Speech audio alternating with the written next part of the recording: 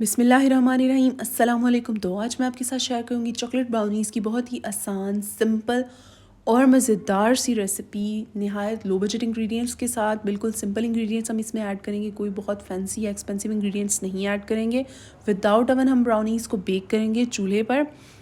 अच्छा, चूल्हे पे हर तरह का केक आराम से बेक हो सकता है, अवन ज़रूरी नहीं है। करना आपने सिर्फ ये होता है, एक बड़ा सा पतीला लेना है, उसमें कोई छोटा सा स्टैंड रखना है, उसके ऊपर आपने मोल्ड रखना है और आपका परफेक्ट केक बेक होगा बिल्कुल अवन की तरह। तो रेसिपी को एंड तक देखिएगा, कोई पार्ट स्किप मत कीजिएगा। तो चलिए रेसिपी को बनाना स्टार्ट करते हैं। सबसे पहले हम ले लेंगे 3 एग्स। 3 to 4 मिनट्स के लिए उसको अच्छे तरीके से बीट करेंगे जब तक वो फ्लफ़ी ना हो जाए। अब इस पॉइंट पे आके हम 1 कप पाउडर्ड शुगर ऐड करेंगे और साथ ही साथ बीट करते जाएंगे। शुगर को आपने 2-3 स्टेप्स में ऐड करना है, एक साथ शुगर ऐड नहीं करेंगे। सारी शुगर ऐड करके इसको अच्छे तरीके से बीट करते जाएंगे जब तक शुगर डिज़ोल्व नहीं हो जाती और ये हमें एक क्रीमी टेक्सचर नहीं दे देता। नेक्स्ट स्टेप में हम ऐड करेंगे वनीला एसेंस।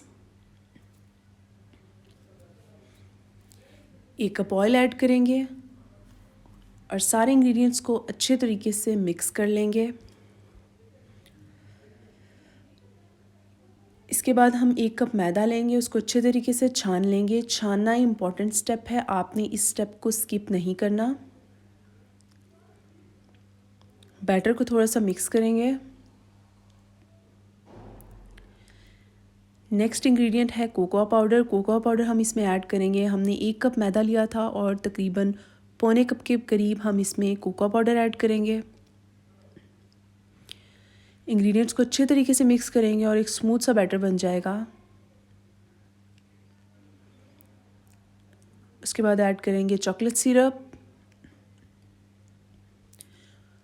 दोबारा से बैटर को अच्छे तरीके से मिक्स कर लेंगे और बिल्कुल इवन कर लेंगे। एक स्क्वायर मोल्ड ले लेंगे और उसको ऑयल के साथ अच्छे तरीके से ग्रीस कर लेंगे और उसके बाद उसमें बटर पेपर लगा देंगे। ब्रश के साथ फिर से ग्रीस करेंगे और सारा बैटर हम मोल्ड में शिफ्ट कर लेंगे। बैटर थोड़ा सा हार्ड है, आपने अच्छे तरीके से सारा बैटर जो है वो मोल्ड में शिफ्ट कर देना है। इसके बाद हम इसको बेक कर लेंगे लो टू मीडियम फ्लेम पे 25 to 30 मिनट्स के लिए। इसको हम चूल्हे पे बेक करेंगे। तो मज़ेदार सी ब्राउनीज़ बिल्कुल अच्छे तरीके से बेक हो के रेडी हो चुकी हैं। अब इसको हम पीसेस में कट कर लेंगे। इस तरह से आपने इसको पीसेस में कट कर लेना है।